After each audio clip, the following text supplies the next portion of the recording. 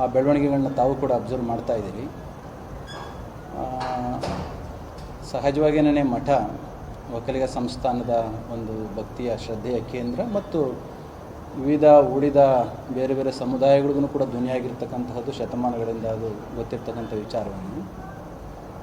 ಈಗ ತಾವು ಕೇಳ್ತಾ ಇರ್ತಕ್ಕಂಥ ಒಂದು ವಿಚಾರಕ್ಕೆ ಸಂಬಂಧಪಟ್ಟ ಹಾಗೆ ಅದರ ಆಕಾಂಕ್ಷಿ ಆಗಿರ್ತಕ್ಕಂಥವ್ರು ಅಂತ ಹೇಳೋದಕ್ಕಿಂತಲೂ ಕೂಡ ಪ್ರಮುಖ ಒಂದು ಜಾಗದಲ್ಲಿರ್ತಕ್ಕಂಥ ಡಿ ಕೆ ಶಿವಕುಮಾರ್ ಅವರು ಪ್ರಸ್ತುತ ಉಪಮುಖ್ಯಮಂತ್ರಿಗಳಾಗಿದ್ದಾರೆ.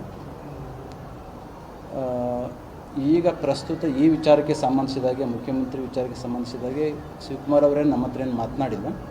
ಹಲವಾರು ಬಾರಿ ಮಠಕ್ಕೂ ಭೇಟಿ ಕೊಟ್ಟಿದ್ದಾರೆ, ವಿವಿಧ ವಿಚಾರಗಳಿಗೋಸ್ಕರ ಮಾತನಾಡಿದ್ದಾರೆ.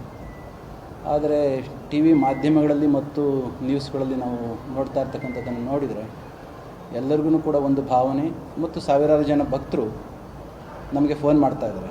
ಈಗಲೂ ಕೂಡ ನೂರಾರು ಜನ ಹೊರಗಡೆ ಕಾಯ್ತಾ ಇರ್ತಕ್ಕಂಥದ್ದು ನೀವು ನೋಡಿರಬೇಕು ಅಂತ ಕಾಣಿಸುತ್ತೆ. ಅವರೆಲ್ಲರ ಉದ್ದೇಶ ಒಂದೇನೇ, ನಾವು ನಮ್ಮ ಸಮುದಾಯದ ವತಿಯಿಂದ ಹಲವಾರು ಪಕ್ಷಗಳಿಂದ ರಾಜ್ಯವನ್ನು ಆಳಲಿಕ್ಕೆ, ರಾಜ್ಯವನ್ನು ಮುನ್ನಡೆಸಲಿಕ್ಕೆ, ರಾಜ್ಯದ ಅಭಿವೃದ್ಧಿಗೆ ಪೂರಕವಾಗಿ ಹಲವಾರು ನಾಯಕರುಗಳನ್ನು ರಾಜ್ಯಕ್ಕೆ ಕೊಡುಗೆಯಾಗಿ ಕೊಟ್ಟಿದೆ.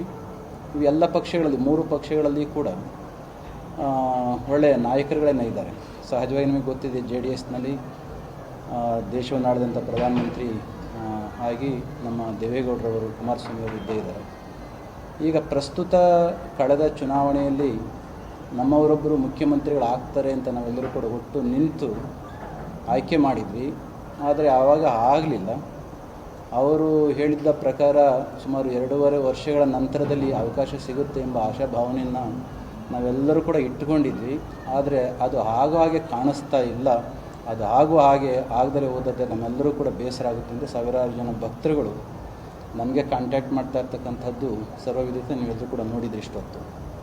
ಈ ಒಂದು ನಿಟ್ಟಿನಲ್ಲಿ ಈ ಗೊಂದಲಗಳು ಏನು ಸೃಷ್ಟಿಯಾಗಿ ನಿತ್ಯ ಮಾಧ್ಯಮಗಳಲ್ಲಿ ಹರಿದಾಡ್ತಾ ಇದೆಯಲ್ಲ, ಇದು ಯಾವುದೇ ಒಂದು ನಾಡಿಗೆ, ಒಂದು ಅಭಿವೃದ್ಧಿ ಪಥದಲ್ಲಿ ಹೊರಟಂಥ ರಾಜ್ಯಕ್ಕೆ ಕ್ಷೇಮಕರವಾದ ವಾತಾವರಣ ಏನಲ್ಲ.